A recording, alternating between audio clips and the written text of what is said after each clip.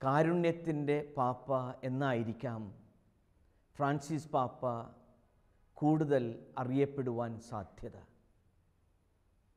അതേപോലെ തന്നെ വിശുദ്ധനായ ജോൺ പോൾ രണ്ടാമൻ പാപ്പയ്ക്ക് പലവിധത്തിലുള്ള വിശേഷണങ്ങൾ ചേരുമെങ്കിലും അദ്ദേഹത്തെ കൂടുതൽ അറിയപ്പെടുക ദ പോപ്പ് ഓഫ് ലൈഫ് എന്നാണ്. ജീവൻ്റെ വിലയെയും മൂല്യത്തെയും എന്നും സംരക്ഷിക്കുവാൻ ശ്രദ്ധയോടുകൂടെ കരുതലോടുകൂടെ പ്രവർത്തിച്ച പാപ്പ. അദ്ദേഹത്തിൻ്റെ ഇവഞ്ചേലിയം വീത്തെ, ജീവൻ്റെ സുവിശേഷം എന്ന എൻസിക്ലിക്കൽ ലെറ്റർ, പ്രബോധന രേഖ അതീവ ശ്രദ്ധേയമാണ്.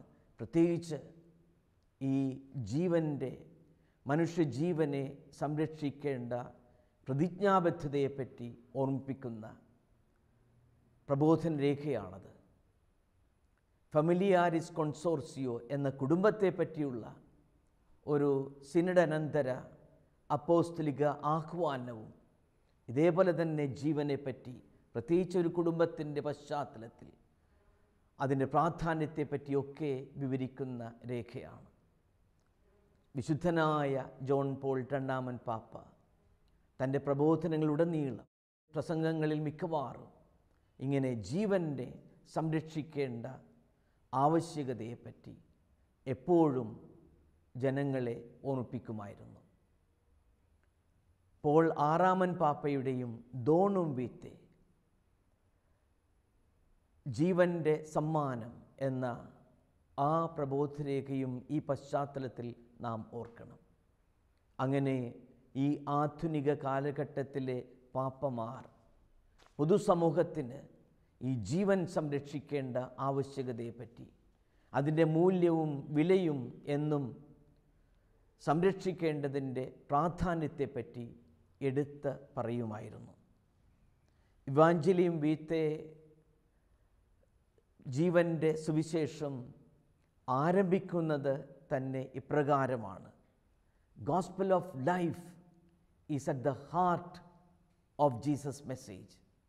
അതായത് യേശുവിൻ്റെ സന്ദേശത്തിൻ്റെ ഏറ്റവും കാതൽ ഹൃദയം തന്നെ ഈ ജീവൻ്റെ സുവിശേഷമാണ് എന്ന് പറഞ്ഞുകൊണ്ടാണ് ഇവാഞ്ചലിയം വീത്തെ ജീവൻ്റെ സുവിശേഷം സമാരംഭിക്കുക. തുടർന്ന് വിശുദ്ധ ജോൺ പോൾ രണ്ടാമൻ പാപ്പ എഴുതുന്നു: സ്നേഹത്തോടെ ഈ ജീവൻ്റെ സുവിശേഷം സഭ സ്വീകരിക്കുകയും എല്ലാ കാലങ്ങളിലുള്ള ജനങ്ങളോടും എല്ലാ സംസ്കാരങ്ങളോടും അചഞ്ചലമായ വിശ്വസ്തയോടെ സഭ അത് പഠിപ്പിക്കേണ്ടിയിരിക്കുന്നു. Lovingly received day after day by the church, it is to be preached with dauntless fidelity as good news to the people of every age and culture. അതാണ് ജോൺ പോൾ പാപ്പ ഓർമ്മിപ്പിക്കുക.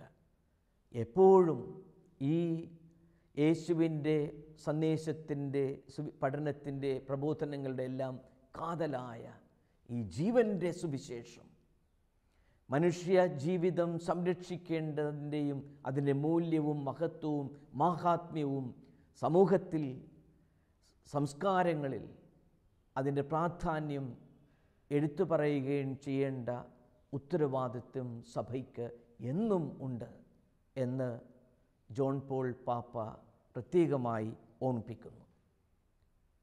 ഭാരതത്തിൻ്റെ മാറി മാറി വരുന്ന ഈ സാഹചര്യങ്ങളിൽ, പ്രത്യേകിച്ച് ഈ ആധുനിക കാലഘട്ടങ്ങളിൽ മനുഷ്യൻ്റെ ജീവിതത്തിൻ്റെ വില കുറഞ്ഞു പോകുകയാണ് എന്ന് പലരും വ്യാഖ്യാനിക്കുന്നുണ്ട്. അത് യാഥാർത്ഥ്യവുമാണ്. പ്രത്യേകിച്ച് 2018 ജനുവരി 6 പാർലമെൻറ്റിൽ ഇന്നത്തെ ഭാരതത്തിൻ്റെ ആരോഗ്യമന്ത്രി അവതരിപ്പിച്ച ഒരു കണക്ക്, ഈ ജീവൻ്റെ വിലയെപ്പറ്റി ഇന്ന് ആധുനിക സമൂഹം കണക്കാക്കുന്ന ഒരു കാര്യം അവതരിപ്പിച്ചത് ഞെട്ടിപ്പിക്കുന്ന ഒരു യാഥാർത്ഥ്യമാണ്. 2015 കണക്കനുസരിച്ച് 1,56,00,000 ഗർഭഛിദ്രമാണ് ഈ ഭാരതത്തിൽ നടന്നത്. ഒരു വർഷത്തിൽ 1,56,00,000 കുരുന്ന ജീവനുകൾ ഈ നമ്മുടെ ഭാരതത്തിൽ ജനിക്കുവാൻ സാധ്യതയുള്ള ആ കുഞ്ഞുമക്കളെ, നിസ്സഹായരായ ആ ജീവിതങ്ങളെ കൊലപ്പെടുത്തിയിരിക്കുന്നു. വിവാഹ ജീവിതം സന്തോഷകരമാക്കാം എന്ന് പോൾ മാടശ്ശേരി അച്ഛൻ എഡിറ്റ് ചെയ്ത KCBC ഫാമിലി കമ്മീഷൻ പ്രസിദ്ധീകരിച്ച ഒരു പുസ്തകത്തിൽ ജീവനിഷേധത്തിൻ്റെ കാണാപ്പുറങ്ങൾ എന്ന തലക്കെട്ടിൽ ഡോക്ടർ എബ്രഹാം ജേക്കബ് ഒരു ലേഖനം എഴുതിയിട്ടുണ്ട്. അതിൽ അദ്ദേഹം വിവരിക്കുന്നത് ഇതാണ്: ഒരു വർഷം ഗർഭഛിദ്രത്തിലൂടെ ഭൂമുഖത്ത് നിന്ന് തുടച്ചു നീക്കപ്പെടുന്നത് 5 കോടി കുഞ്ഞുങ്ങളാണ്. 5 കോടി കുഞ്ഞുങ്ങളാണ് ആഗോളതലത്തിൽ ഗർഭഛിദ്രത്തിലൂടെ, അബോർഷനിലൂടെ കൊല ചെയ്യപ്പെടുന്നത്. ഒരു ദിവസം ലോകത്ത് നിന്ന് 1.5 ലക്ഷം കുഞ്ഞുങ്ങളെ അപ്രകാരം ഇല്ലാതാക്കുന്നു. ഒരു ദിവസം ഇന്ത്യയിൽ 35,000 കുഞ്ഞുങ്ങളുടെ ഗർഭാവസ്ഥയിൽ തന്നെ അവരുടെ ജീവൻ നഷ്ടപ്പെടുത്തുന്നു. കേരളത്തിൻ്റെ സ്ഥിതിയും ഇവിടെ വ്യക്തമാക്കുന്നുണ്ട്. ഒരു ദിവസം കേരളത്തിൽ നിന്ന് 1,500ഓളം കുഞ്ഞുങ്ങളെ ഗർഭഛിദ്രത്തിന് വിധേയമാക്കുന്നു. അവരുടെ ജീവൻ ആ നിസ്സഹായ അവസ്ഥയിൽ, ഒരു വിധത്തിലും അവരുടെ ജീവൻ സംരക്ഷിക്കാൻ പറ്റാത്ത ആ അവസ്ഥയിൽ അവരിൽ നിന്ന് നഷ്ടപ്പെടുന്നു. ജോൺ പോൾ പാപ്പയെ ഉദ്ധരിച്ചുകൊണ്ട് തന്നെയാണ് ഡോക്ടർ എബ്രഹാം ജേക്കബിൻ്റെ ഈ ലേഖനം ആരംഭിക്കുന്നത്. അദ്ദേഹത്തിൻ്റെ ജീവൻ്റെ സുവിശേഷത്തിൽ നിന്നുള്ള ഈ ഒരു വാക്യം എടുത്തെഴുതിക്കൊണ്ട് പറയുന്നു: നാം ഇന്ന് ജീവിക്കുന്നത് മരണസംസ്കാരത്തിൻ്റെ ഇരുളടഞ്ഞ ഒരു കാലഘട്ടത്തിലാണ്. മരണസംസ്കാരത്തിൻ്റെ ഇരുളടഞ്ഞ കാലഘട്ടത്തിലാണ് നാം ജീവിക്കുന്നത്. മനുഷ്യജീവന് നേർക്കുള്ള അതിനീചവും ഭയാനകവുമായ കടന്നാക്രമണങ്ങൾ അനുദിനം വർത്തമാനമായ ഒരു സ്ഥിതിവിശേഷം സംജാതമായിരിക്കുന്നു. സൃഷ്ടിയുടെ മകുടമായ മനുഷ്യനെ അണിയിച്ചൊരുക്കിയ ദൈവം തൻ്റെ സൃഷ്ടികർമ്മത്തിൽ അവരെ സഹകരിപ്പിക്കുകയെന്ന അത്യന്തം അത്ഭുതകരമായ ദൗത്യം അവരിലേക്ക് സംക്രമിപ്പിക്കകൂടി ചെയ്തിരിക്കുന്നു. ഈ മേഖലയിലുള്ള മനുഷ്യവംശത്തിൻ്റെ അത്യന്തം ഗൗരവപരമായ ഉത്തരവാദിത്തത്തെപ്പറ്റി നാം കൂടുതൽ ചിന്തിക്കേണ്ടിയിരിക്കുന്നു. തീർച്ചയായും ദൈവം മനുഷ്യനെ സൃഷ്ടിച്ചത് എത്രയേറെ കരുതലോടെയാണ്, കാരുണ്യത്തോടെയും താല്പര്യത്തോടും കൂടെയാണ്. പക്ഷേ ഇപ്രകാരം ഈ കുരുന്നു ജീവനുകൾ അവരുടെ ഗർഭാവസ്ഥയിൽ തന്നെ ഉന്മൂലനം ചെയ്യപ്പെടുന്ന സാഹചര്യത്തിൽ അതിനെപ്പറ്റി ഗൗരവതരമായി നാം ചിന്തിക്കേണ്ടതുണ്ട്.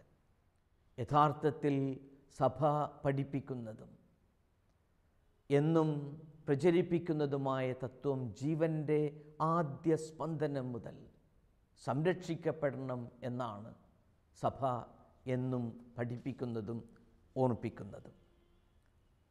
ജോൺ പോൾ രണ്ടാമൻ പാപ്പയുടെ ജീവൻ്റെ സുവിശേഷം ആരംഭിക്കുക ഒരു കുഞ്ഞിൻ്റെ ജനനത്തെപ്പറ്റിയുള്ള ആ സന്തോഷ വാർത്ത അവതരിപ്പിക്കുന്ന രക്ഷാകര ചരിത്രത്തിൻ്റെ വിവരണം കൊടുത്തുകൊണ്ടാണ്. ലൂക്കായുടെ സുവിശേഷം 2-ാം അധ്യായം 10-ാം വാക്യത്തിൽ നാം അത് വായിക്കുന്നു. ഇതാ, സകല ജനത്തിനും വേണ്ടിയുള്ള വലിയ സന്തോഷത്തിൻ്റെ സദ്വാർത്ത ഞാൻ നിങ്ങളെ അറിയിക്കുന്നു. ഈ ഭൂമിയിലേക്ക് പിറന്നു വീഴുന്ന ഓരോ കുഞ്ഞിൻ്റെയും ജീവിതം, ആ വരവ് രക്ഷകനായ ദിവ്യ ശിശുവിൻ്റെ വരവ് പോലെ തന്നെ വലിയ സന്തോഷത്തിൻ്റെ സദ്വാർത്ത പകർന്നു തന്നുകൊണ്ടാണെന്നാണ് വിശുദ്ധ ജോൺ പോൾ രണ്ടാമൻ പാപ്പ ഈ എവാഞ്ചലിയും വീത്തെ എന്ന പ്രബോധന രേഖയിൽ പറയുക. അങ്ങനെ സന്തോഷത്തിൻ്റെ ഒരനുഭവമാണ് ഓരോ കുഞ്ഞിൻ്റെയും വരവ്. ഞാൻ ഓർക്കുകയാണ്, 6 വർഷങ്ങൾക്ക് മുൻപ് എറണാകുളം അടുത്തുള്ള വല്ലാർപാടം മാതാവിൻ്റെ ബസിലിക്കയിൽ വെച്ച് ആശീർവദിച്ച ഒരു വിവാഹം. ആ ദമ്പതികൾ ഇങ്ങനെ 6 വർഷം ഒരു കുഞ്ഞിനു വേണ്ടി കാത്തിരുന്നു. ഇപ്പോൾ ഈ അടുത്തിടെ ഒരു കുഞ്ഞ് ലഭിച്ചതിൻ്റെ സന്തോഷം എന്നെ ഫോണിൽ വിളിച്ചറിയിച്ചപ്പോൾ അവരുടെ ആ ആഹ്ലാദം സ്വരത്തിൽ തന്നെ വ്യക്തമായിരുന്നു.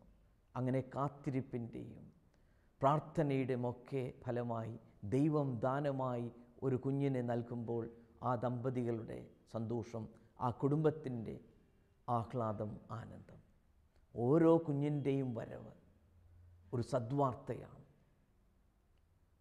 പിലാത്തറ കൺവെൻഷനിൽ വന്ന് പങ്കെടുത്ത് പ്രാർത്ഥിച്ച് 16 വർഷം ഇങ്ങനൊരു കുഞ്ഞിന് വേണ്ടി കാത്തിരുന്ന ആ ദമ്പതികൾക്ക് ദൈവം ദാനമായി ഒരു കുഞ്ഞിനെ ലഭിച്ചപ്പോൾ അവർ അടുത്ത വർഷം ഈ കൺവെൻഷൻ അവസരത്തിൽ തന്നെ വന്ന് അതിൻ്റെ നന്ദി പ്രകടിപ്പിക്കുകയും അതിൻ്റെ സാക്ഷ്യം പറയുകയും ചെയ്തപ്പോൾ അവരുടെ കണ്ണുകളിലും മുഖത്തും തെരഞ്ഞു നിരുന്ന ആ സന്തോഷവും ഓർക്കുകയാണ്. ഓരോ കുഞ്ഞിൻ്റെയും വരവ് ഒരു സദ്വാർത്തയാണ്. പക്ഷേ ഈ സദ്വാർത്ത സ്വീകരിക്കുവാൻ പലപ്പോഴും നാം മടിക്കുന്നു. കർത്താവ് പറയുക, യോഹന്നാൻ്റെ സുവിശേഷം 10-ാം അധ്യായം 10-ാം വാക്യത്തിൽ പറയുക, ഞാൻ വന്നിരിക്കുന്നത് ജീവൻ കൊടുക്കുവാനും ആ ജീവൻ സമൃദ്ധമായി കൊടുക്കുവാനും വേണ്ടിയാണ്. ജീവൻ്റെ പൂർണ്ണതയിലേക്ക് കൈപിടിച്ച് നടത്തുവാനാണ് ക്രിസ്തു രക്ഷകനായ യേശു കടന്നു വന്നത്.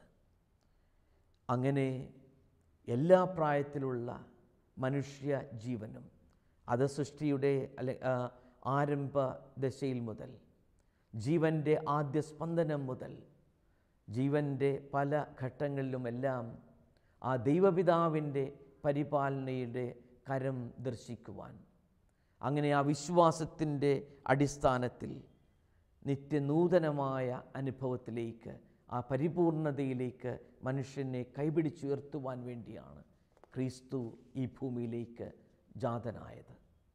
അങ്ങനെ ഉൽപ്പത്തി മുതൽ നാം കാണുക ഈ ദൈവത്തിൻ്റെ ഇടപെടൽ കൊണ്ട് സമൂഹത്തിൽ കടന്നു വരുന്ന ആ മനുഷ്യജീവൻ്റെ സ്പന്ദനങ്ങളാണ്.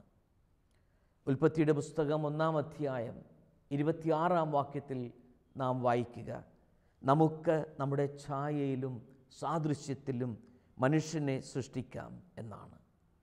എത്രയോ കരുതലോടെയാണ് ദൈവം മനുഷ്യനെ സൃഷ്ടിച്ചത്.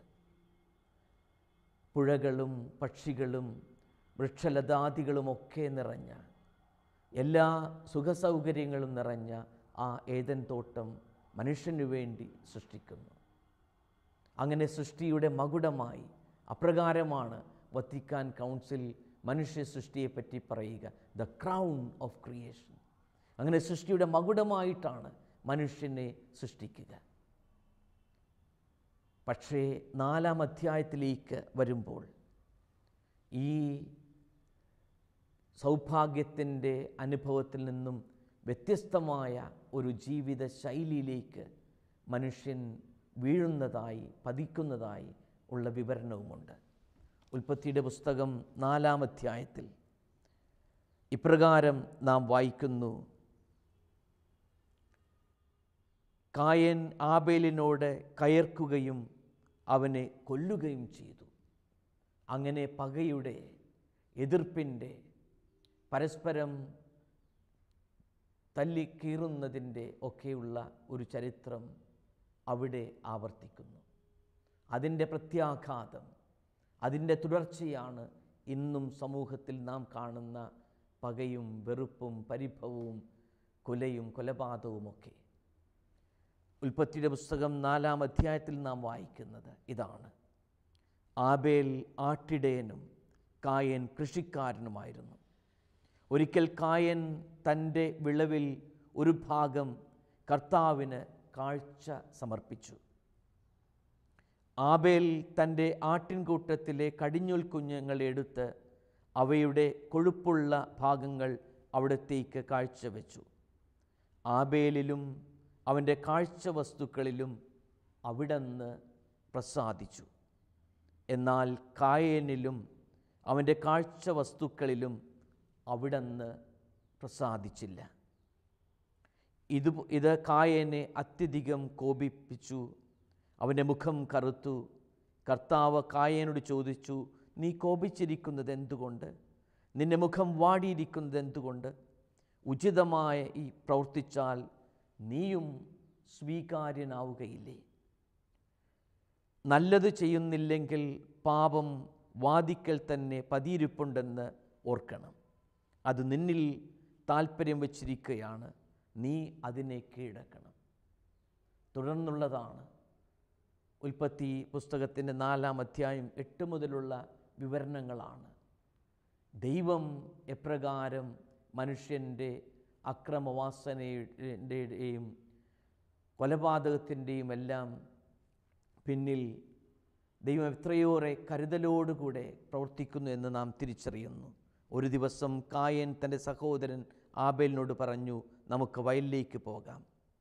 അവർ വയലിലേക്കിലിരിക്കെ കായൻ ആബേലിനോട് കയർക്കുകയും അവനെ കൊല്ലുകയും ചെയ്തു. കർത്താവ് കായേനോട് ചോദിച്ചു, നിന്റെ സഹോദരൻ ആബേൽ എവിടെ? അവൻ പറഞ്ഞു, എനിക്കറിഞ്ഞുകൂടാ. സഹോദരൻ്റെ കാവൽക്കാരനാണോ ഞാൻ? എന്നാൽ കർത്താവ് പറഞ്ഞു, നീ എന്താണ് ചെയ്തത്? നിന്റെ സഹോദരൻ്റെ രക്തം മണ്ണിൽ നിന്ന് എന്നെ വിളിച്ച് കരയുന്നു. നിന്റെ കയ്യിൽ നിന്ന് നിന്റെ സഹോദരൻ്റെ രക്തം കുടിക്കുവാൻ വാ പിളർന്ന ഭൂമിയിൽ നീ ശപിക്കപ്പെട്ടവനായിരിക്കും. അങ്ങനെ നിന്റെ സഹോദരൻ ആബേൽ എവിടെ എന്ന് ദൈവം തീർച്ചയായും മനസ്സാക്ഷിയുടെ സ്വരത്തിൽ അപ്രകാരം പകയും പരിഭവവും കൊലയും കൊലപാതകവുമൊക്കെയായി നടക്കുന്നവരുടെ മനസ്സാക്ഷിയുടെ മുൻപിൽ ചോദിക്കും. കായേൻ കർത്താവിനോട് പറയുന്നത് ശ്രദ്ധേയമാണ്. എനിക്ക് വഹിക്കാവുന്നതിലും വലുതാണ് ഈ ശിക്ഷ. ഇന്ന് അവിടുന്ന് എന്നെ ഈ സ്ഥലത്തു നിന്ന് ആട്ടിപ്പായിച്ചിരിക്കുന്നു. അവിടുത്തെ സന്നിധിയിൽ നിന്ന് ഞാൻ ഒളിച്ചു നടക്കണം. ഞാൻ ഈ ഭൂമിയിൽ ഉഴലുന്നവനായിരിക്കും. കാണുന്നവരെല്ലാം എന്നെ കൊല്ലാൻ നോക്കും. അവന് ലഭിച്ച ശിക്ഷ, അവൻ്റെ ജീവിതത്തിൽ കടന്നു വന്ന പ്രത്യാഘാതം വലുതാണ്. ഈ മനസ്സാക്ഷിയുടെ സ്വരം അവനെ എന്നും അലട്ടിക്കൊണ്ടിരിക്കും, വേട്ടയാടിക്കൊണ്ടിരിക്കും. സേവ്യർ ഖാൻ വട്ടായിലച്ചൻ ഈ സമൂഹത്തിൽ നിലകൊള്ളുന്ന മരണത്തിൻ്റെ സംസ്കാരത്തെപ്പറ്റി അദ്ദേഹത്തിൻ്റെ കുടുംബജീവിത പരാജയവും പരിഹാരങ്ങളും എന്ന പുസ്തകത്തിൽ വ്യക്തമാക്കുന്നുണ്ട്. ഗർഭഛിദ്രം എല്ലാ സാഹചര്യത്തിലും കൊലപാതകം തന്നെയാണ്. കൊല്ലരുത്, പുറപ്പാട് 20:13 എന്നത് ദൈവത്തിൻ്റെ കൽപ്പനയാണ്. ജീവരക്തത്തിന് മനുഷ്യനോടും മൃഗത്തോടും ഞാൻ കണക്ക് ചോദിക്കും, ഓരോരുത്തനോടും സഹോദരൻ്റെ ജീവന് ഞാൻ കണക്ക് ചോദിക്കും എന്ന് ഉൽപ്പത്തി 9:5 രേഖപ്പെടുത്തിയിരിക്കുന്നു. കോപ്പർ ടീ, ഹോർമോൺ കുത്തിവയ്പ്പുകൾ, ഹോർമോൺ ഗുളികകൾ, ഗർഭപാത്രത്തിൽ നിക്ഷേപിക്കുന്ന വസ്തുക്കൾ, ഇവയെല്ലാം മനുഷ്യജീവൻ്റെ വളർച്ചയുടെ ആദ്യ ദശയിൽ തന്നെ ഭ്രൂണഹത്യയ്ക്ക് കാരണമാകുന്നു. അങ്ങനെ ഇന്ന് നിലകൊള്ളുന്ന ഈ മരണത്തിൻ്റെ സംസ്കാരം അത് നാം തിരിച്ചറിയണമെന്നും പ്രത്യേകിച്ച് ജീവൻ്റെ വിലയും മൂല്യവും മനസ്സിലാക്കിക്കൊണ്ടും പഠിച്ചുകൊണ്ടും പാലിച്ചുകൊണ്ടും അത് പ്രചരിപ്പിച്ചുകൊണ്ടും ജീവിക്കേണ്ട ഒരു ആവശ്യകത കൂടുതലായി കടന്ന് വന്നിരിക്കുന്നു. പ്രത്യേകിച്ച് ക്രൈസ്തവരായ നമ്മുടെ ജീവിതത്തിൽ. വിശുദ്ധനായ ജോൺ പോൾ പാപ്പ ജീവൻ്റെ സുവിശേഷത്തിൽ വ്യക്തമാക്കുക, whoever attacks human life in some way attacks God himself എന്നാണ്. അതായത് ജീവനെ എതിർക്കുന്നവർ, ആ ജീവൻ്റെ മൂല്യവും മഹത്വവും മനസ്സിലാക്കാതെ അതിനെ കശക്കിയെറിയുന്നവർ ഉടയവനായ ദൈവത്തെ തന്നെയാണ് എതിർക്കുന്നത്. വിശുദ്ധ മദർ തെരേസ ഇപ്രകാരം പറഞ്ഞിട്ടുള്ളതും ഏറെ ശ്രദ്ധേയമാണ്. If we accept that a mother can kill her own child, ഒരമ്മ തൻ്റെ കുഞ്ഞിനെ വധിക്കുവാൻ സാധിക്കുമെന്ന് നാം അംഗീകരിക്കുകയാണെങ്കിൽ, what is left for us to kill each other? പരസ്പരം വധിക്കുവാൻ, കൊല ചെയ്യപ്പെടുവാൻ എതിരായിട്ട് പിന്നീട് എന്താണുള്ളത്? യഥാർത്ഥത്തിൽ മനുഷ്യ ജീവിതം അതിൻ്റെ ആദ്യ സ്പന്ദനം മുതൽ സ്വാഭാവിക മരണം വരെ സംരക്ഷിക്കപ്പെടണം. ഓരോ മനുഷ്യ വ്യക്തിയും ദൈവത്തിൻ്റെ ഛായയിലും സാദൃശ്യത്തിലും സൃഷ്ടിക്കപ്പെട്ടിട്ടുള്ളതാണ്. അതൊരിക്കലും നഷ്ടപ്പെടുത്തിക്കൂടാ, കൊല ചെയ്യപ്പെട്ടുകൂടാ. ജോൺ പോൾ രണ്ടാമൻ പാപ്പയെപ്പോലെ തന്നെ ഫ്രാൻസിസ് പാപ്പ അദ്ദേഹത്തിൻ്റെ ഓൺ ഹെവൻ ആൻഡ് എർത്ത്, ആകാശത്തെയും ഭൂമിയെയും പറ്റി എന്ന ആ ഒരു കൃതിയിൽ അദ്ദേഹം എഴുതുക, the right to life is the first human right. മനുഷ്യാവകാശത്തിൻ്റെ ആദ്യ അവകാശമാണ് ജീവിക്കുവാനുള്ള അവകാശം. Abortion is killing someone that cannot defend him or herself. തന്നെ തന്നെ പ്രതിയോഗിക്കുവാൻ അല്ലെങ്കിൽ സംരക്ഷിക്കുവാൻ സാധിക്കാത്ത ഒരു വ്യക്തിയെ വധിക്കുന്നത് തന്നെയാണ് ഒരു ഗർഭചിത്രം എന്ന് ഫ്രാൻസിസ് പാപ്പയും വ്യക്തമാക്കുന്നു, നമ്മോട് അറിയിക്കുന്നു. ഇതേ സാഹചര്യത്തിൽ തന്നെ ദയാവധത്തെയും പറ്റിയും ചിന്തിക്കണം.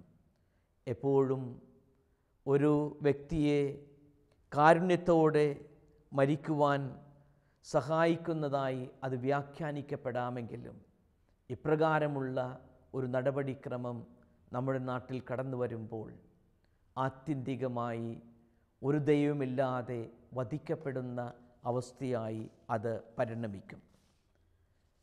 ആയതിനാൽ വിശുദ്ധനായ ജോൺ പോൾ പാപ്പയുടെയും ഫ്രാൻസിസ് പാപ്പയുടെയും എല്ലാം ആഹ്വാനം സ്വീകരിച്ചുകൊണ്ട് വിശുദ്ധ ഗ്രന്ഥത്തിൽ ആ ജീവൻ്റെ പ്രാധാന്യത്തെ മനസ്സിലാക്കിക്കൊണ്ട് പ്രിയമുള്ളവരെ നമുക്ക് വ്യാപരിക്കാം. നമ്മുടെ ഓരോരുത്തരുടെയും ജീവൻ സംരക്ഷിക്കുന്നത് പോലെ തന്നെ പ്രധാനപ്പെട്ടതാണ് കുരുന്ന ശിശുക്കളുടെയും ജീവൻ സംരക്ഷിക്കപ്പെടുക എന്നത്. ജീവൻ്റെ ആദ്യ സ്പന്ദനം മുതൽ അതിൻ്റെ സ്വാഭാവിക അന്ത്യം വരെ ഓരോ മനുഷ്യ വ്യക്തിയും സംരക്ഷിക്കപ്പെടണം. കാരണം അത് ദൈവത്തിൻ്റെ ഛായയിലും സാദൃശ്യത്തിലും സൃഷ്ടിക്കപ്പെട്ടിട്ടുള്ളതാണ്. ഓരോ മനുഷ്യ വ്യക്തിയും ഈ ലോകത്തിലേക്ക് കടന്നു വന്നിട്ടുള്ളത് സദ്വാർത്ത ആയിട്ടാണ്. നമുക്കൊരു നിമിഷം പ്രാർത്ഥിക്കാം. ജോൺ പോൾ പാപ്പയുടെ തന്നെ ഈ ജീവൻ്റെ സുവിശേഷത്തിൻ്റെ അന്ത്യഭാഗത്ത് കൊടുത്തിട്ടുള്ള പ്രാർത്ഥനയാകട്ടെ പരിശുദ്ധ അമ്മയോട്, ജീവൻ്റെ മാതാവിനോടുള്ള പ്രാർത്ഥനയാകട്ടെ. Oh Mary, bright dawn of the new world, mother of the living, to you do we entrust the cause of life. ജീവൻ്റെ കാരണങ്ങളെ മാതാവേ, പുതിയ യുഗത്തിൻ്റെ ഉദയവും എല്ലാ ജീവിക്കുന്നവരുടെയും അമ്മയെ അങ്ങയുടെ സന്നിധിയിലേക്ക് ഞങ്ങൾ സമർപ്പിക്കുന്നു. ലുക്ക് ഡൗൺ ഓ മദർ, അമ്മേ മാതാവേ, അങ്ങ് കാരുണ്യത്തോടുകൂടെ നോക്കേണമേ. upon the vast numbers of babies not allowed to be born. ജീവിക്കുവാൻ, ജന്മമെടുക്കുവാൻ അനുവദിക്കാത്ത ആ കുഞ്ഞുങ്ങളിലേക്ക് അമ്മേ അങ്ങ് കരുണയോടെ നോക്കണമേ. Of the poor whose lives are made difficult, അവർ പാവങ്ങളുടെ ജീവിക്കുവാൻ പ്രയാസമായി തീർന്നിട്ടുള്ള ആ പാവപ്പെട്ടവരുടെ ജീവിതങ്ങളിലേക്ക് അങ്ങ് കാരുണ്യത്തോടെ നോക്കണമേ. Who are victims of brutal violence, അക്രമത്തിൻ്റെ അവസ്ഥയിലേക്ക് തള്ളിവിട്ടപ്പെട്ട ജീവിതങ്ങളെയും അങ്ങ് നോക്കണമേ. Of the elderly and the sick killed by indifference or out of misguided mercy, തെറ്റിദ്ധരിക്കപ്പെട്ട ദയയിലൂടെയും നിസ്സംഗതയിലൂടെയും വധിക്കപ്പെടുന്ന പ്രായമായ വ്യക്തികളെയും രോഗികളുടെയും ജീവിതങ്ങളിലേക്ക് അമ്മേ മാതാവേ അങ്ങ് കരുണയോടെ കടാക്ഷിക്കണമേ, നോക്കണമേ. പ്രിയമുള്ളവരെ, എത്രയോ വിലപ്പെട്ടതാണ് ഓരോ മനുഷ്യജീവിതവും. ആ ജീവൻ സംരക്ഷിക്കുവാൻ, ആ ജീവൻ്റെ വിലയും മൂല്യവും മനസ്സിലാക്കിക്കൊണ്ട് ജീവിക്കുവാനും അത് പ്രചരിപ്പിക്കുവാനും നമുക്ക് സാധ്യതമാകട്ടെ. ജീവൻ്റെ ഉടയവനായ ദൈവം ആ ജീവൻ്റെ സമൃദ്ധിയിലേക്ക്, പൂർണ്ണതയിലേക്ക് നമ്മെ കൈപിടിച്ച് നടത്തട്ടെ. ദൈവം നമ്മെ അനുഗ്രഹിക്കട്ടെ.